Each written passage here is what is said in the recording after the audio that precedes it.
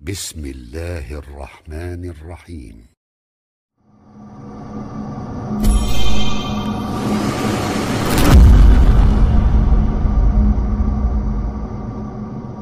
السلام عليكم ورحمة الله وبركاته. بسم الله الرحمن الرحيم.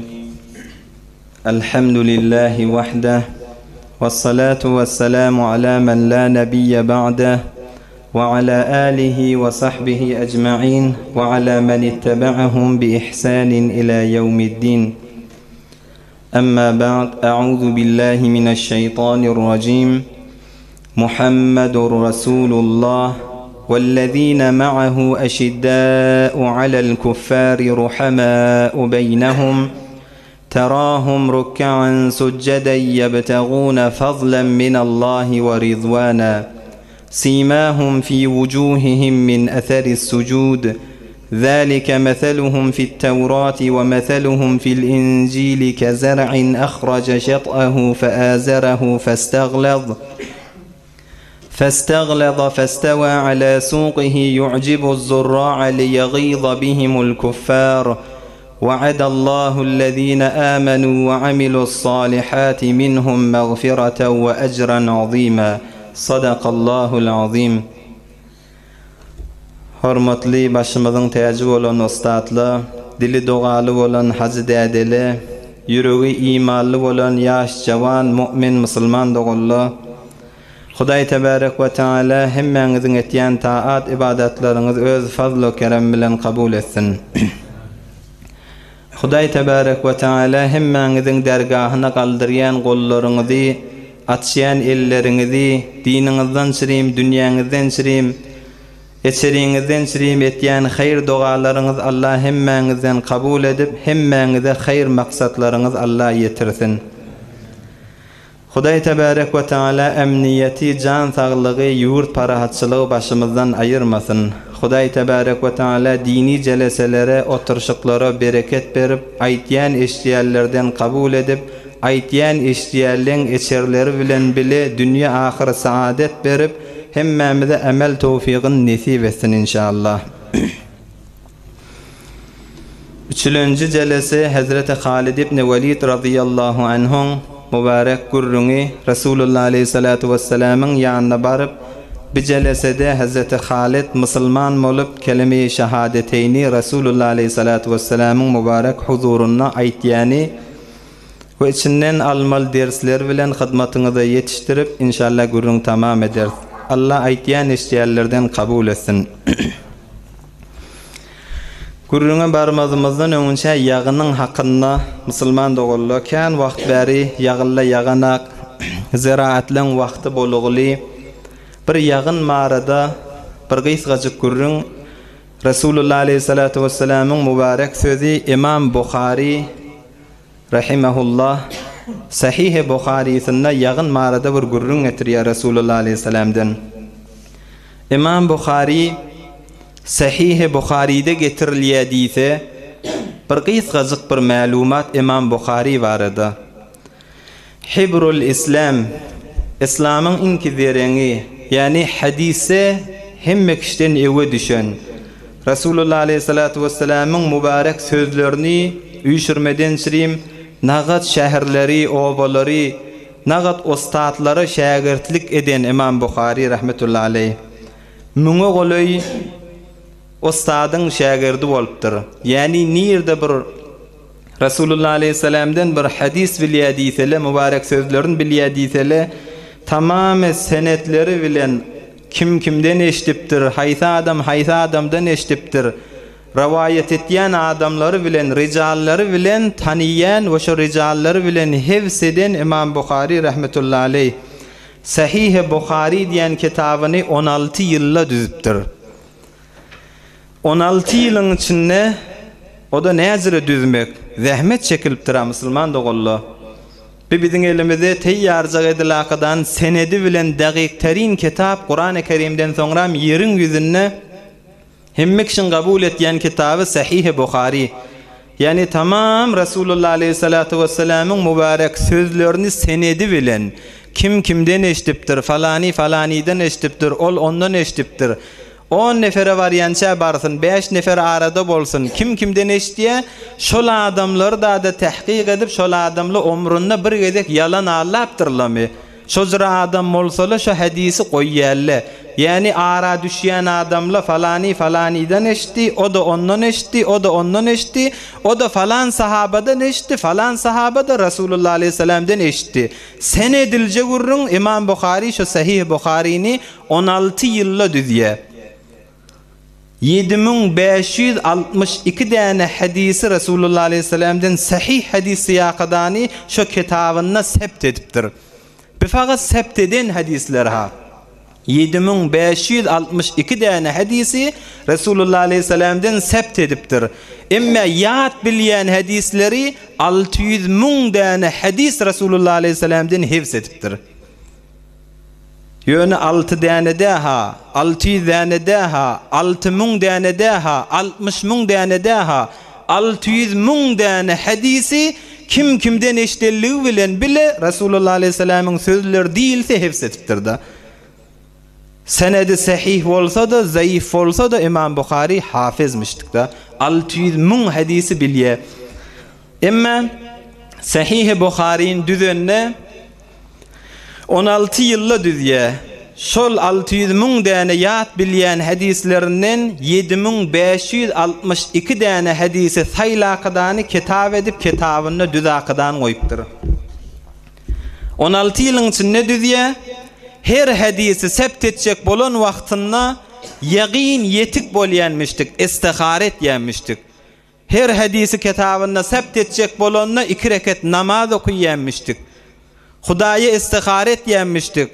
Yaqinen bilen vaqtından sonra şol mübarek hadisi Resulullah aleyhissalatu vesselam'dan diyaqadani sihhatine yeten vaqtında kitabında sept etyenmiştik. Yani şu İmam Bukhari'nin 2 rekat namaz okuyaqadani, istiharet aqadani kitabında sept bolan gurrunle Sahih Bukhari değilse hiç şek, hiç şüphe üstünde yok, senedi dakik Resulullah aleyhissalam'dan ayrılan söz. İmam Bukhari rahmetullahi aleyh şu mübarek kitabının içinde bir hadisi Resulullah aleyhissalatu vesselam'dan aytya. Yağın mağarada. Yağın rahmettir Müslüman doğullu. Yağın rahmet. Özümüze rahmet, mal garağı rahmet. Şmad yağın yağmanına hiç bir düzlerde ot yok, mal gara otlamana. Eger şu malgaran yiyecek otunu sen başka yerlerden, başka yurtlardan getirmeli olsa neçe milyardlı hazinele oluyor. Ama Allah rahmetin açsa, Allah fazlın açsa şu zatlardan biz biniyaz et ya Huday Teala. Yağın pes rahmet. Özümüzden çireyim, malgaramızdan çireyim. Yağınna hikmet ba. Yani nami hikmet? Huday Teala Kur'an-ı Kerim'de aytya enne sababnel ma'e sabba. Biz yağını asmandan etek iveriyez, avodon formasında etek indiriyez. Yağına bir fikret görsek, ilmi cedidin aytiyani miyangin her saniyada asmandan etek iniyen suğun miyangini her saniyada ha. Fakat birçi saniyanın içinde 16 milyon ton asmandan etek su iniye. Her saniyanın içinde 16 milyon ton şu miyangin asmandan Huday Teala yere su indiriye. Şol 16 milyon ton defeden bir gurudan üstümüde koyulsa nezre olur. Enne sababnel ma'e sabba. Biz su yere indiremizde avudan formasını indiriyet ya Huday Teala. Onun üstüne Huday'ın lütfu var, hikmeti var, rahmeti var. Onun üstüne Huday Teala'nın lütfu var Müslüman doğullu.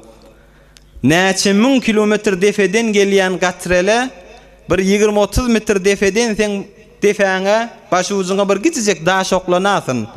Ol yere karşıyın gaydanına olukon bir ton yağlı olup başımıza gelip degecek da. Neyme o surat bilen geliyor da.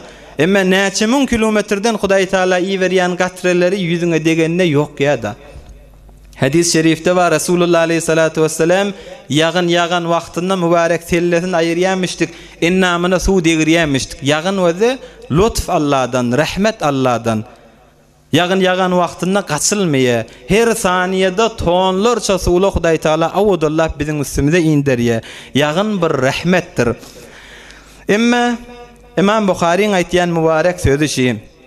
An Zeyd ibn Halid el-Juhani radıyallahu anh. Hazreti Zeyd ibn Halid el-Juhani Salla lana Rasulullah sallallahu aleyhi ve sellem salates subh bil Hudaybiye. Geçen celesede de geçipti. Hudaybiye Rasulullah aleyhisselam Mekke-i Mukarreme'ye umre gelen vaxtında müşrikler saljakka olanını Hudaybiye'de Rasulullah aleyhisselam sulhname yazışıptı. Şol Hudaybiye'de erti namazı Rasulullah aleyhisselam biz bilen okuydu diye Hazreti Zeyd. Şu gecede bir azıcık yağın çıngsiyip yağın yağıptı. Rasulullah aleyhissalatu vesselam felemma insarafa aqbala alen nas. Namazdan bolondan sonra Rasulullah aleyhisselam adamlara yüzlenipdir. Faqala hal tedruna maza qala rabbukum? Bilýäňiz mi sizin eýäňiz näme diye? Qalu Allah ve rasuluhu a'lam. Allah ve rasulu gawliya ya Resulullah. Eýämiz näme diye bize? Qala asbaha min ibadi mu'minun bi ve kafir. İmam Bukhari'nin rivayeti.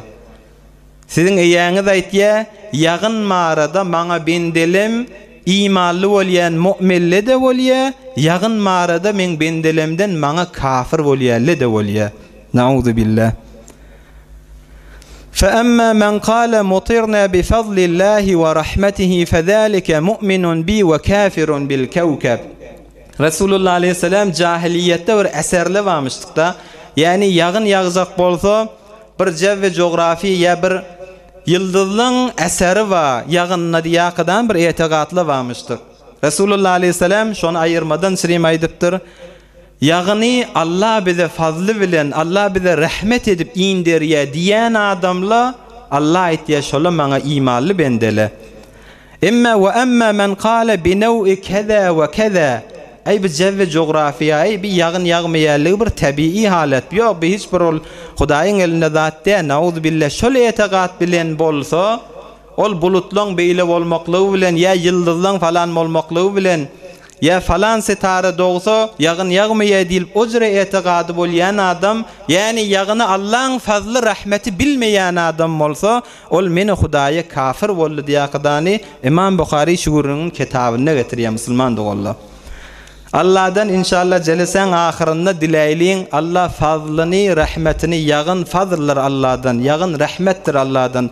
Allah'dan başka kişide bize rahmet yağılları indirjek yoktur. İnşallah dua ederiz Hudaý Taala rahmetli yağılları bizim üstümüze yağdırsın diýip. Bir wagtda bir adamlaň biri Sure-i Mulk'un ahirki aýatyny okuyup duranmışdyk da. فَمَنْ يَأْتِيكُمْ بِمَاءٍ مَعِينٍ şu suyu Allah sizden ayırsa, yerlerden, asmandan ayırsa size kim su getirecek diye şol ayada. Bir geçip barýan adamlaň bir ay pil külen bilen nauzubillah gazyp bize urarsa diýip şeýtir geçip gitdiýe yatan wagtynda diýişinde bir zat gelakadany hanenne sen su çykarýan bolsaň öz gözüňden ýaş çykar da diýakdany gözünde bir gurýa gözü nauzubillah hemişeki kör bolupdyr, soňram okur bolup, yani hiç bir gatry ýaşda da gaýtmaýan bolupdyr. Yerden ne suw berýän, asmandan ne suw indirýän Allah'ın halis fazly we rahmetidir musulman dogalla. Jediden bir Urupan sazmany fezaýysy şu ýagyn marada görün Hudaý Taala aýtýär Qur'an-ı Kerimde ve in min şey'in illa indana khazainuhu ve ma nunazziluhu biqadarin ma'lum. Her zadın hazinesi, aňyrysy bizim ýanymyzda diýär Hudaý Taala. Ve in min şey'in illa indana khazainuhu. Näme zat bolsa hazinesi bizim ýanymyzda. Ve ma nunazziluhu illa biqadarin ma'lum. Yere biz bir miqdary ma'lum gerek bollugundan indirýär diýär Hudaý Taala. Bir sazmany fezaý Urupada jediden bir keşfeden zady bir cev ve zeminden, yani yerden başga bir cevde bir bulutla we özünden bir suwlar tawlid etýär. Olar resed etýärler. Eger olar hesap etsek miýangin şol ba görnýän bulutlarda miýangin her gününe şol suwla tawlid bolsa 60 okyanusla şondan doljak diýip aýtýar. Yani fakat miýangin alynanny her gününe 60 okyanusla doljak bir bulutla we bir bulutlardan joda 60 okyanusu dolduracak eger suwla tawlit bolsa. Allah'ın aýtýany ve in min şeyin illa indana hazainu. Tamamy hazinele bizim ýanymyzda. Ve ma nunazziluhu illa bi qadarin ma'lum. Biz onu gerek bolýan ma'lumjak miqdar çally biz yere indirýärsiýär. Hudaý bäzi wagtda ýagyn indirmeýär. Näme diýip? Edepden şirim. Adamly bir biler ýaly. Adamly bir adaş barýarlygyny biler ýaly. Ýoluňyz üýtgäp barýarlygyny biler ýaly. Allah'ın fazlynyň, Allah'ın rahmetiniň gadryny biler ýaly. Hudaý Taala iý bermeýär. İnşallah jeleseň ahyrynda ustatly da we istiğfar tanap doga ederiz. Allah rahmet gaflaryny bizlere açyp inşallah düzde otlayan mallaň hormatyna, gunnokda ýatýan oglanjyklaryň hormatyna, dili dogaly bolýan hajylaryň hormatyna Hudaý Taala rahmet gaflaryny başymyza açsyn diýip inşallah doga ederiz. Emme gurrunun edamasy Hazreti Halid ibn Walid radıyallahu anh geçen jelesede dogany bir nama beripdi. O namada dogany ýazypdy.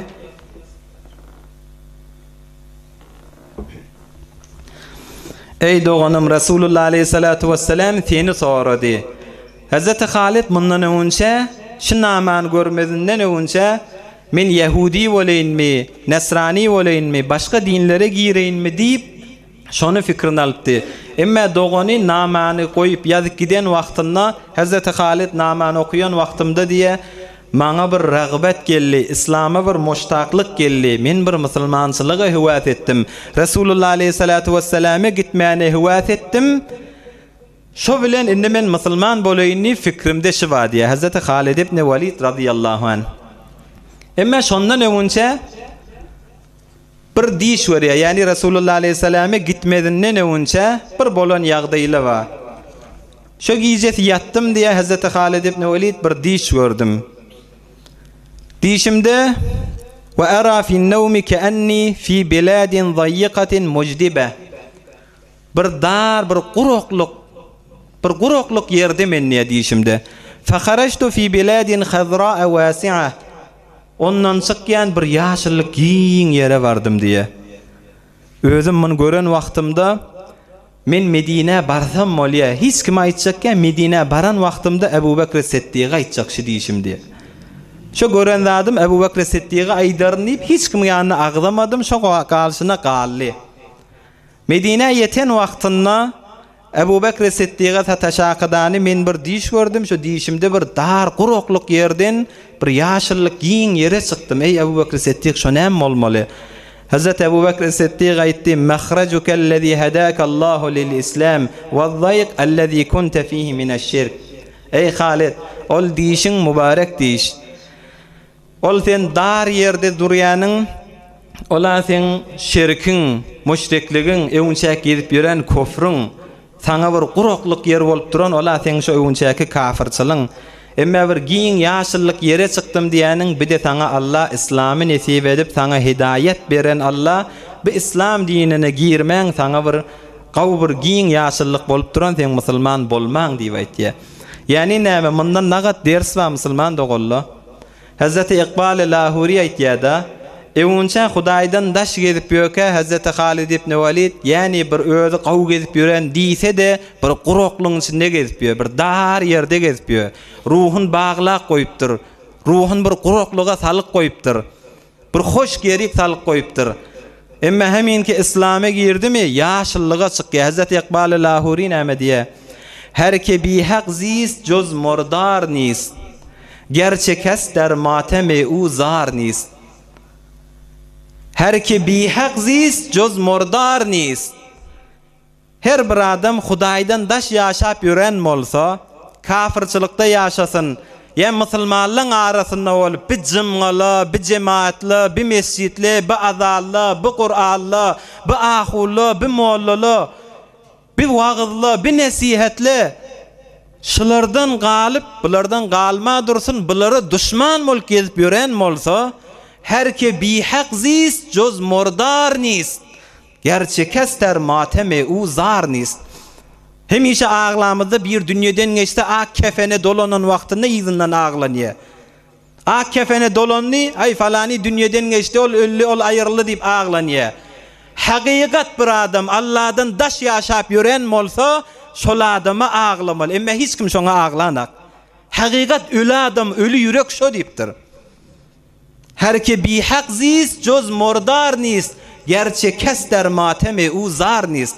Ağlananak ağlanmalı adama şoňa ağlanmalı. Emme bir la ilahe illallah Muhammed Resulullah diýip giden adam ola gönenen adam. Emme haqiqat ölü adam şol adam. Yüreğinde 24 saat wagtla aýlanypdy. Giýje günnizle aýlanypdy. Şu yüreğin içinde her zada wagt ba, her zada jaý ba. Harama jaý ba myň içinde, dünýäk jaý ba myň içinde. Haram irtibata, haram muhabbete jaý ba myň içinde. Hemme zada yüreğinde jaý ba. Emme bir asli yerleşmeli, asli jaýlaşmaly. Alem jahanyň eýesi Allah ýok bolsa yürekde, şol yürek ölü yürek. Yüreğin içinde her zat ba, haramdan doli, fikirden doli, her zat jaýlaşypdyr. Emme 24 sagatly üstünden geçipdi, yerleşmeli. Allah şo yürekde yerleşmese, haqiqat ölü adam, şol adam. O yüregin madimesin, ol fakat yük bolup o yürekde o. Ýöne gursaň içinde bir yük göterip bir ýöne bir jesm eti göterip. Näme diýip oň eýesi bolan, sahibi bolan musulmanyň yüreğine Allah yerleşmeli. Hazreti Ebu Bekir Siddiq de maňa awadallaap aýtyp beripdir. Eňçäki sen ol dar gurukçylykda ýaşap ýöreniňe köfrüň. Emme saňa inni ýaşyllyga çykanyň da sen İslam diniň diýip Medine baran wagtynda Hazreti Ebu Bekir Siddiq şeýle ýorupdyr.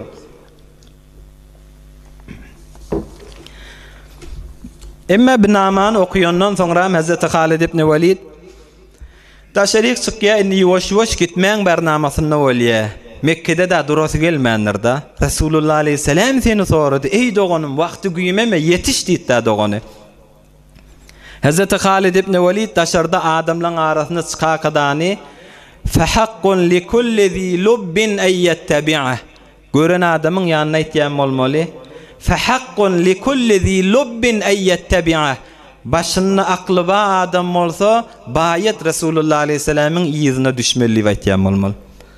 Sataşyan adamının yanına fehakkun li kulli zi lubbin eyyettebi'ah. Başına aklı va adam Muhammed'in izine düşmeli aleyhissalatu vesselam deyip taşarda Mekke'de şuna aytıp gezipdir. Ebu Sofyan İslam'ın şu vaqtda olakon düşmanı.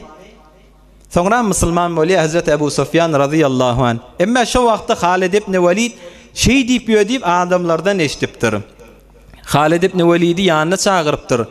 Ey Halid, senden eşitilýär, sen şey diýän bolmaly, Muhammed'in ýerine düşmelliýän bolmaly diýipdir. Ha, yo, ay özür görüňle ýok, zat diýdirjekmişdik da. Hazreti Halid ibn Walid mert bolakydany ewinne diýänem diýipdir, diýän zadyny tekrar etipdir. Bir gedek aýtyp goýmandyr da. Fehakkun li kulli zi lubbin eyyettebi'ah. Başına aklı va adam bayet ýerine düşmelipdir. Başına aklı va adam bayet ýerine düşmelipdir. Başına aklı va adam bayet ýerine düşmelipdir. Ebu Sofyan gaharge laqydany vurjak bolupdyr. Hazreti Ikrame musulman bolmandan öňçe Ebu Cehlin ogly Ikrame arasynda düşakydany ikiniň arasyny açýar. Hazreti Halid ibn Walid radıyallahu anh öýe bardım diye. Özüm fikretdim, men kim bilen ýoldaş bolup gideýin. Ýanyma Medine kim alyp gideýin. Bir gaw görüşýärlem, 3 nefer wagtdy şolara men aýdyň. Safwan ibn Umeyye o bir gaw görüşýän ýoldaşym etdi. Bedir jeňine dädesi dogollar da men helak bolupdy. Men ýanyna bardım. Bize ýüze çykdy Muhammed'in haklygy aleyhissalatu vesselam. Ey Safwan, Muhammed'in şerafeti bize şerafet. Muhammed'in izzeti bize izzet. Hasana sellim gözümüz yımık bolmaly hakdan. Men Resulullah Aleyhisselam'a gidecek, Medine'ye gidecek, sana da itiyen men bilen gideýli. Emme fe ebe eşeddel ibe. Ol Safwan beter gatı çekindi, hewara saht durdy. Maňa aýtdy, ýeriň ýüzünde bir nefer Muhammed'e tersleşse, hemmek ýerine düşüp birçe nefer ters bolsa, şo bir nefer men bolaryn diýipdir da, nauzubillah. Maňa aýdyp ýörme diýipdir. Mundan tamamy üzüm. Safwan hewara gaty durdy. Ýanky Ikrame Ebu Cehlin ogly maňa eýne şu aýdan zadymy Safwana aýdanym, ey Ikrame, Muhammed'in şerafeti bize şerafet, haklığına billik. Biz gideyli, ikimiz de İslam'a gireyli, Resulullah Aleyhisselam'ın hak peygamberliğini bilip izine düşeyli. Bir de eyni Safvan'ın aydan zadını aytti, mınnan tamam üzüm. Yolla bariyakem, üçüncü yoldaşım gördüm, Osman ibn Talha. Emme bir sahaba Resulullah Aleyhisselam'ın yanına Hazreti Halid bilen bariya. Osman ibn Talha'nı gören vaktimde Hazreti Osman nada? Bir başka var Hazreti Osman ibn Talha. Mına aytsam mı ki ay bir yoldaşlama şeyle keplediler, katı durdular. Ay deyin mi, aytmayın mı deyip, ya mına da ay deyin ya kadani, ön sana bariyan, mına koymayın, ayttım. Ey Osman, mene İslam'a karşın gidecek, Medine'ye gidecek, Müslüman olacak. Sen ne mi diyen? Fe esra'a bil icabe. Basın bana bolya deydi, öz yüreğine de bağmıştık, Müslüman olmak. Hemmesinin de yüreğine bağa, kafirliğin hemmesi de bilyaha. Emme yönü fakat şol meqamları ellen gidecek, ya şol bir kibirleri, gururlarını devecek gibi olup, Kur'an-ı Kerim'de aytdı Huday Taala, hemmesine sen haklığın yüze çıktı, emme ola fakat kibirleri, gururları icazı veren akta. Bir Osman bolya gideyli, onunla yür gitmeli olsa, vadeleştik, Mekke'den şu giyice daşarık çıkaylı Ye'ceç diyen yere, takriben Mekke'den bir 6 kilometre daşarda, şu taada ikimiz barayli, mene unça varsam sana gözleşerin, sene unça varsan mana gözleş, giyicelikte çıkaylı Medine'ye karşın uğraylı. Bolye, şeylelik bilen giyice dağdan evunça men öyden çıkıp gittim. Barsam Osman ibn Talha, şu taada mana montezirdu, birleşe akadani yola düştük. Günnüydün bir vaktına baran vaktlarına, yolla bir diyane düya minip, bir öz Medine'ye karşın bariyen bir yeri var. Bir kim ki? Bunu gördük. Merhaben bil kavm. Ey hoş gelyen ey kavm. Sen nirak barışta, sen nirak barış görsek Emr ibn As. O da mübarek sahaba. O da Hazreti Halid ibn Velid yal bir zirin, biter bir akıllı. Hazreti Halid ibn Velid Kureyş'te cenglikte, yani taktikaya cengide zirin, Kureyş'te eve sürüyen adamları. Hazreti Emr ibn As dilevarlıkta zirinmiştik. Necaşi padişahı Müslümanlı muhaciret etkidenine, hicretine, Necaşi'ye şolar bar biderek kökö deyip, avadan keplep iyi veren Kureyş'in adamları Emr ibn As. Bir de yine Hazreti Halid ibn Velid bilen şol Medine var yemiştik. Yolla birleşiyerli. Görse Emr ibn As. Nirak var yan? Hazreti Halid ibn Velid aytıptırın. Bilin barışımız ed-dukhulu fil islami ve ittiba'i Muhammed sallallahu aleyhi ve sellem. Biz İslam'a gireyli, Muhammed'e tabi oleyli bariyat. Kâle ve zâkellezî aqdemeni. Hazreti Emr ibn As aydıptır. Menne yola düşüren, menne şi çıkaran Mekke'den Medine'ye karşın menne şi zat diptir. Yani menne İslam'a gireyin, Resulullah'a tabi olayın ip bariyen. 3 nefer valakadan yoldaş olup Medine'ye gittik. Bir gen zat Resulullah aleyhissalatu vesselam bila hazır yolu düşüptü. Medine'den bir neferin havari yok. Resulullah aleyhissalatu vesselam sahabaları boşlaptır. Araplan pehlivalları, Araplan mertleri size karşın geliyor. Medine'de sahaba bolsa gözleşip durmuştuk. Ey bir pehlivallı kim, bir geliyerli kim olmalı? Resulullah Aleyhisselam'a vahiy bilen Allah bildiriptir. Yani Hazreti Halid ibn Velid, Hazreti Osman ibn Talha, Hazreti Emr ibn As, Medine hazır yeten akla Allah Resulüne bildiriptir da. Resulullah Aleyhisselam sahabalarının arasında ediptir. Araplan pehlivalları İslam'ın kucağına geliyor. Müslüman olmana geliyor. Doğullağınız geliyor. Medine'nin her tarafından gözleştirilir. Bir geliyor. Kim olmalı? Resulullah Aleyhisselam bu işlap beğenipti. Hazreti Halid ibn Velid aytya. Medine'ye yeten vaktimizde evin başımızı evvel ettik. Resulullah Aleyhisselatü Vesselam'a sataşmaka kavca evin başlamız giydik. Medine'nin bir tarafından giyirip başladık. Anırdan evunçaya gelip sataşan öz doğan oluptur. Hazreti Velid battı doğan Müslüman olup naman yazıp göveripti. Şol doğan anırdan gel akadani men mına salam verdim, hal edecek bolum. Ey doğanım hal eder yürers. Yür basımrak çakkallı Resulullah Aleyhissalatu vesselam havarı var sizin gelyeningizden. Resulullah Aleyhisselam sizi gözleşipti. Hal inğan eders. Yür doğanım diye akadani. Mana çakkalla kav diye akadani men şeyittir balkitti. Fe esra'nel meşye. Bizde 3 nefer vola akadani çakkallap yürüyüp gittik. Indi basımrak Resulullah aleyhisselam'a sataşak. Medine barallarından sonra çakkallab Resulullah aleyhisselam'a sataşaylıp bariyattik. Birden fettela'tu aleyh. Bi Hazreti Halid ibn Velid 20 yıl golay Resulullah aleyhisselam'ın muqabiline durdu. Müslümanlar bilen den uruşuk gezdi. Resulullah aleyhisselam'ın mübarek dişleri doğdukları yarılmana sebep bolly. Nagat musulmanlara hak yolu Allah'ın yolunu bağlayacak bolup 20 yıl golay Huday ve Resulünün muqabiline jeng etip geden Hazreti Halid ibn Velid bir Resulullah aleyhissalatu vesselam'a sataşan wagtyny görsenen çakkallap qatıdan yürüyüp bariyattik fettela'tu aleyh birden ayali yalfallaqdan Resulullah aleyhissalatu vesselam evlerinden çıkıptır. Resulullah aleyhissalatu vesselam evimizden çıktı. Biz de 3 nefer volaqadan bardık. Ey Halid, inni ayağın bilen gelin mi dedim ki?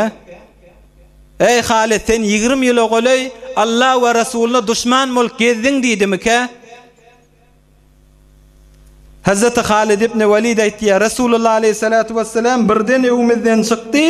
Fema zâle yetebessemu ileyye. Subhanallah. Resulullah aleyhissalatu vesselam evimde gören vaktimizde fema zâle yetebessemu ileyye. Yılcaraqdan yüzün menden sawan aktı. Bir Resulullah aleyhissalatu vesselam'a düşman mülk gezelleri neçe yıllap Allah'ın yolunu bağlayacak bolup Allah'ın dinini söndürecek bolup yören Halid ibn Velid fema zâle yetebessemu ileyye. Resulullah aleyhisselam gördüm ki yüzün menden sawan ak yılcarıp diye. Bu kadri yılcarıptı başımızı etek ettik utandık. Fema zâle yetebessemu ileyye. Mübarek yüzü bilen yılcarıp bizi gözleyipti. Yanımda Emr ibn As va Osman ibn Talhi va bular gözleyanak fakat meni gözleyip yılcarıptı diye.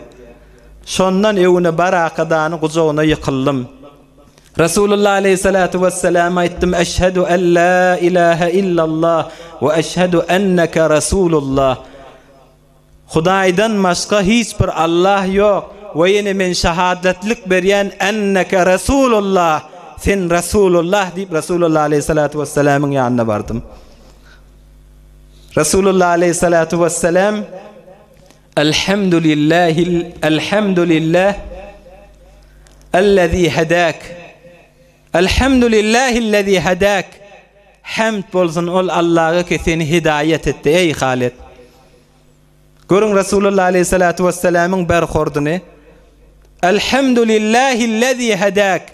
Hamd bolsun ol Allah'a ki seni hidayet etti ey Halid. Men aytdım ya Resulullah özün bilyen men neçe yılla sana düşman boldum. Sen öwüňde tersleşip durdum. Allah'ın sırasını Allah'ın dinini söndürecek boldum.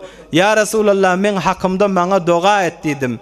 Resulullah aleyhissalatu vesselam aytdı el-İslamu yecubbu ma kana qabla. Ey Halid, İslam Müslüman bolmadığından öňçäki eden günäleň hemmesini İslam dini kesýär. Ola senden geçilli. Ola sen bağışlandyň ey Halid.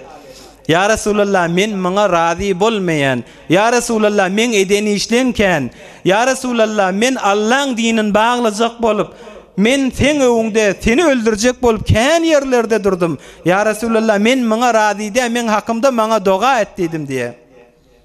Resulullah aleyhissalatu vesselam şu taada dua etipdir. Allahümme gfir li Halid ibn Velid kullama awza'a fihi min saddin an sabilillah. Hudaya Halid ibn Velid'in her yerdeki Allah'ın dinini söndüreyinip Allah'ın yolunun önüne geçen yeri bolsa şu Halid ibn Velid'in günahını geçti. Resulullah aleyhissalatu vesselam dua etti.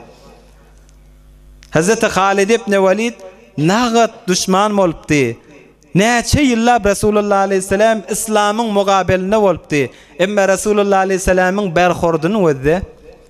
Neçe yıl mundan önce bir yerde sana bir zat aýdypdyr. Häzir de geçmeýäň da, gören wagtyňda salam aleyk etýäň ha.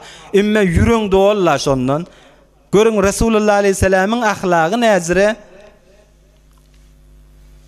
Hazreti Halid ibn Velid menden soňra bar Emr ibn As bilen Hazreti Osman ibn Talhi Resulullah aleyhissalatu vesselam bilen bey'eti daqadani Bula da musulman bolli.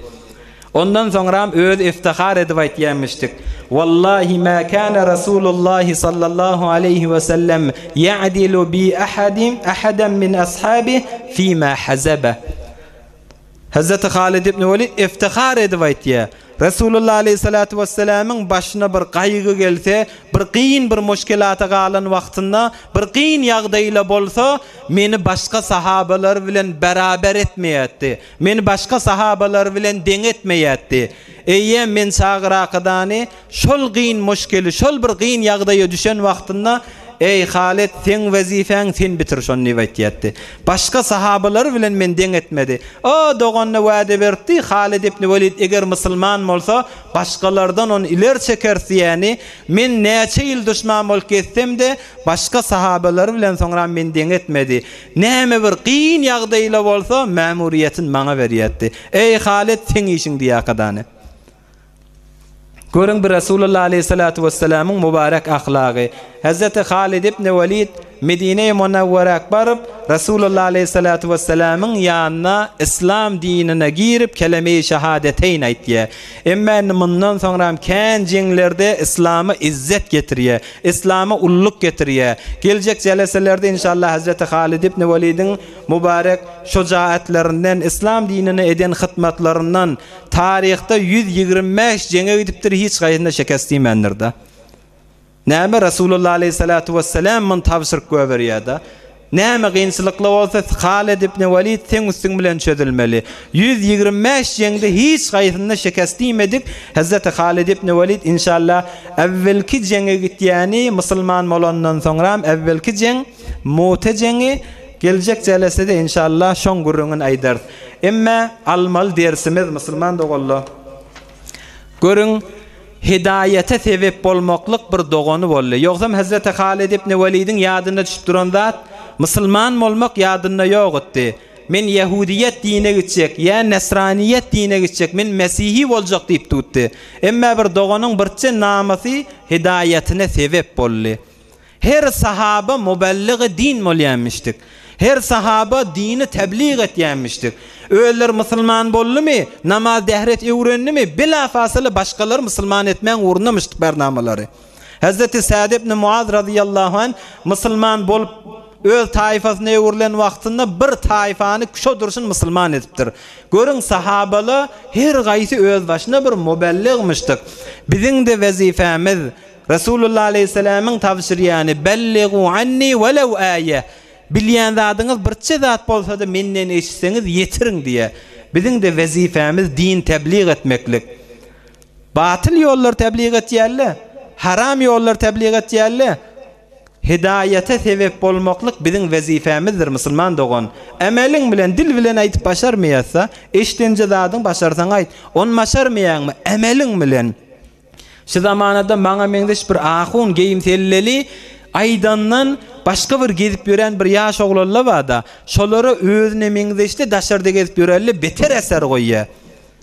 Sen özüň böwrüň goýakydanjyk, dähretin gylakydany mesjide gatnap çyk dursaň, özüň halal haramyňa daýaw durup dursaň, özüň gezip ýöken bir musulmanyň bir bolmal ýagdaýynda bolup ýörseň, sen beter täsir goýýan. Gerçen diliň bilen aýtyp başarmasaň da, sen şoň hidayetine sebep bolsaň, Rasulullah aleyhissalatu vesselam Hazreti Ali'ye aýdypdyr.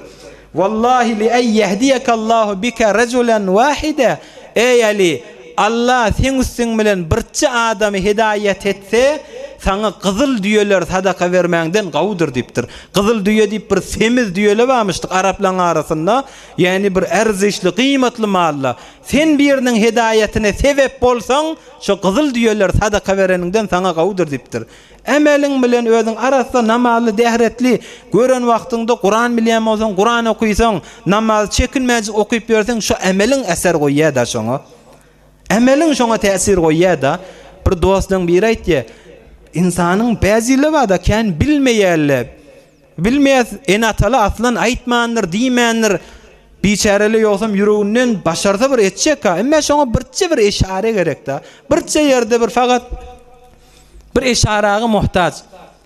Bir dost oglanlaryň biri aýtdy, bir ýaş oglanlaryň biri bir falaniyle yalle da öyle dersimizi almalı. Hidayeti bir bahanalı gerek. Bahananı ödep yören adamlar var. Bir yaş oğlanın bir çadırda oturuyor. O namazın vakti oluyor. Çadırdakilerin hemmez namaz okuyor. Ama bir öz oturuptur da. Sonra öz başka birinin yanına gurrun veriyor. Görün bir çekip adamın ne kadar biylek öğülmesine sebep oluyor. Hemmek namazı duruşmat özünüz de görüyorsunuz da bir toy vakt bolsa kan yaş oğlanla ye çekin yerle ye utan yerle. Nezir cemaat urulup duka bir guşede durla da.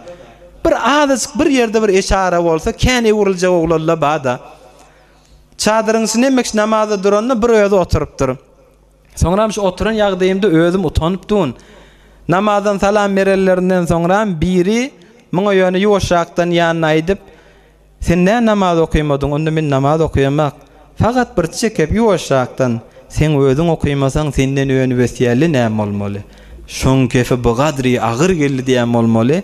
O taada gyn wurdy ma yer yarılmadı girmäne. Emma aýtýan zady ýürüme oturdy. Öýe gelip şondan meýlek namazyna hiç gaýhyn goýmany, başga kaza namazlarymda alyp başladym. Fakat şo kep maňa täsir goýdy. Bäzileri jany bilen etjek bir aýtmaklyk gerek şoňa. Sahabalar her gaýsy muballigy din bolýarmyşdyk musulman dogolla. Dini tebliğ etýärmişdikler. Şumal batıl yollar tebliğ etýärler. Bir nahak bolup duran yollar tebliğ etýärler. Bir ýaş oglanyň biri aýtdy, "Tukanyma biri geldi, kullen islam dinini ýamanlapdy, özü bir türkmen, kullen mesihiyeti öwüpdi." Bir baza taş ey musulman dogolla, bir-birimiziň elinden tutmak wezifemiz, din eşitdirmek wezifemiz. Mesihiyet dini öwüpdi. Ey bir nazire waliya, bir Hudaý Taala Allah hidayetten ayırmasın bizi.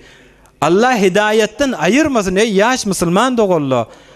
Geçen peygamberliň arzu edip giden zady ahir zaman peygamberiň ummatyndan bolsak bolýar diýip bindi siv etmeli. Bir öz aralymyzda azalla, jymgaly, cemaatli, mescitli, bu Kur'anly okulyp durmaly. Yine de Resulullah aleyhisselam'ın dininden başka dinin ýerine düşmeli. Hudaý saklasın. Ol Resulullah aleyhisselam ki meraja gidenne yerin ýüzüne gürrüňle dursun ha. Kıyamatda ummatyny ýadyndan çykarmaýarlygy dursun ha. Meraja gidenne Allah'ın ýanyna baran ummatyny ýatdan çykarmaýan Resulullah aleyhisselam nezremin ummatyndan sen daşarda gedip nezremin düşman bolup elhamdülillah razina billahi taala rabbe biz razı bolduk Allah eýämiz Muhammed bizim Resulümüz aleyhissalatu vesselam meraja gidenne Allah'ın ýanyna baranda bizi ýadyndan çykarmandyr. Şo taada ummatyny gaýgatýan Resulullah ummaty biz nagat iftihar bize. Resulullah aleyhissalatu vesselam'ın ýanyna bir wagtda Hazreti Ömer radıyallahu anh bir eline bir nuska Tevrat'tan eline bir nuska düşüpdir. Resulullah aleyhisselam'a şu Tevrat'tan bir nuska diptir Hazreti Ömer. Resulullah aleyhisselam keplemendir. Hazreti Ömer bir taraftan okuyup başlaptır. Sahabalar görüpdir Resulullah aleyhisselam'ın mübarek yüzü yütkap bariye. Hazreti Ebu Bekir Siddiq Hazreti Ömer'e kalkıptır.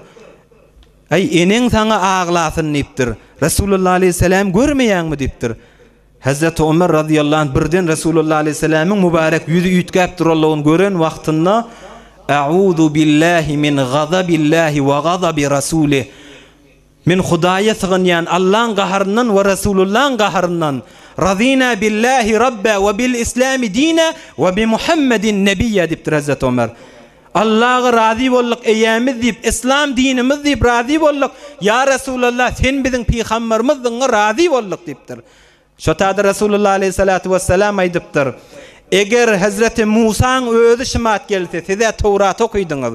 Hazreti Musa'nın özü gelse sizin araňyzda siz de meni goýakadan Hazreti Musa'nın ýüzüne düşseňiz adaşarsyňyz diýipdir. Men hep berakadan Hazreti Musa'nın ýüzüne düşseňiz adaşdyňyz diýipdir. Eger Hazreti Musa'nın özü gelse de meni ýüzüme düşer diýipdir. Resulullah aleyhisselam'ın ak yol, ütgödakadany, yol çaşırakadany, batıl yollardan Allah saklasın. Şo bizim musulman dogollamız, şo Türkmen dogonjuklamız şo. Şolara bir aýtmak gerek. Başardığımızdan her sahaba muballig bolýarmyşdyk. Hazreti Halid ibn Walid'i görün, imana girmekligine sebep bolan Hazreti Halid ibn Walid radıyallahu anh'ın dogonu bolla, musulman dogollu. Hudaý tebarek ve taala hemmemize hidayet yollan ayırmanı bir-birimizin elinden tutýan etsin inşallah. Sultan Medahun Tagsir bir wagtda teňille kadimde göçýärler olawadan olawada bolýarlar da. Teňille bir iki däne ýaşly adam oturup teňille bir wagtda oturýar Sultan Medahun Tagsir. İki däne ýaşly adam bolmaly. Bular bir owany saklap durýar diýe. Halal haram barada işden zadyň aýdy bermeli. Dogry zatlardan, egir zatlardan aýdy bermeli. Dosyňma, bile gezipýönüňma, görýän ýalňyş işläpdi, aý meneňa dogry. Bir ýerde sen aýtýan zadyň äser etýär. Sultan Medahun Tagsir görüpdir iki däne bir ýaşly adam bir owany saklap durýar. Halal haram barada näme bolsa şuly hukm kesýär. Sultan Medahun Tagsir bulara siz nerede Buhara'da okuýdyňyzmy? Ya Hiwo'da okuýdyňyzmy? Haýsy bir olakon medresede siz okuýdyňyz? Olay tutturlar medrese nerede, Buhara nerede? Biz hiç bir ilim ýüzüni gözlämizak, ustadyňa öňünde oturamyzak. Onu bir bilýän zatlaňyz nerden bilýäňiz diýipdir. Olay diýipdirler iňçe burunna Abdurrahman Ahun Tagsir müderrisi iňçe burunna müştik şo wagtda jymgy okuýar. Bizde iki ýoldaş bolýar. Bir däne aýaglygymyz we teňillen iňçe buruna garşyn her hepde jymga gitýär. Om ýolda gezekleşýär, aýaglyga nowbaty minýär. Om teň ýanky iňçe burundan barıp jymgadan eşitýän zadymyzy Berlinge trakadan ýolda gelýärkek aýdyşýar.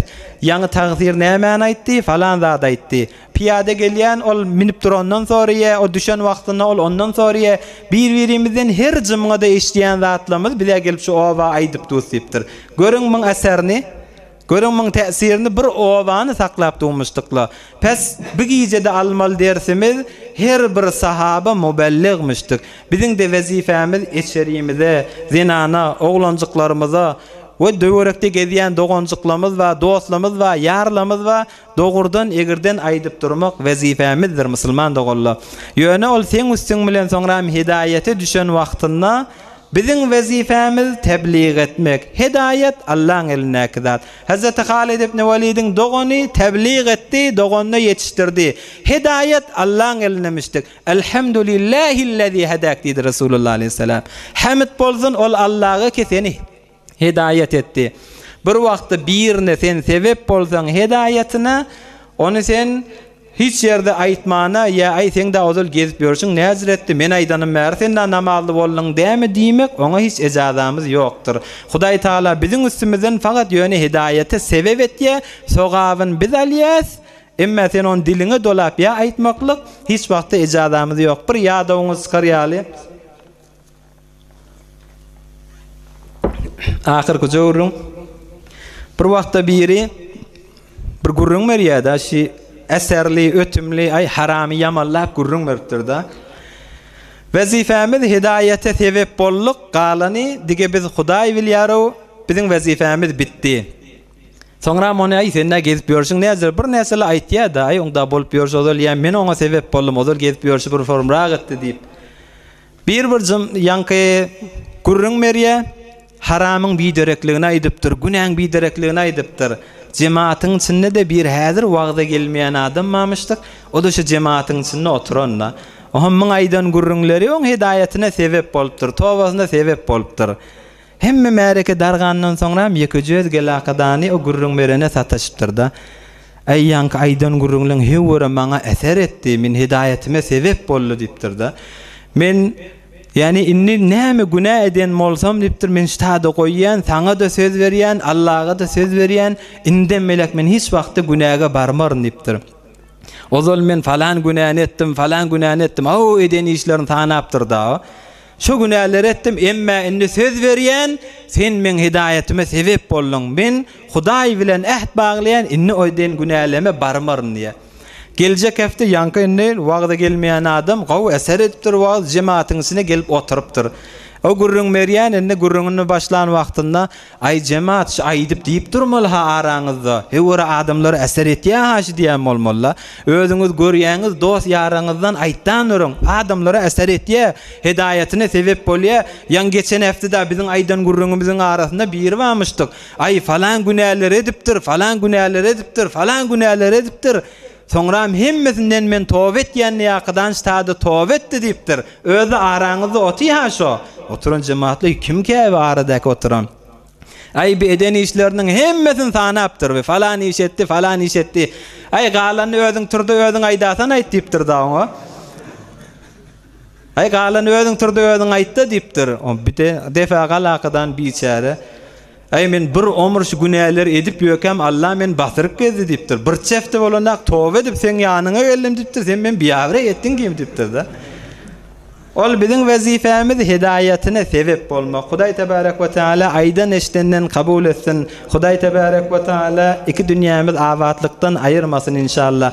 Ötellen ruhşat bolur yali bir elham üç kul huvallahu ahad okuyup içeride daşarda kulağa asallan umidvarlarının ruhlarını bağışlar. Okuyuverin. برای مشاهده ویدیوهای بیشتر به کانال یوتیوب سخنرانی های علماء ترکمن سر بزنید، مشترک بشید و منتشر کنید، اجر ببرید.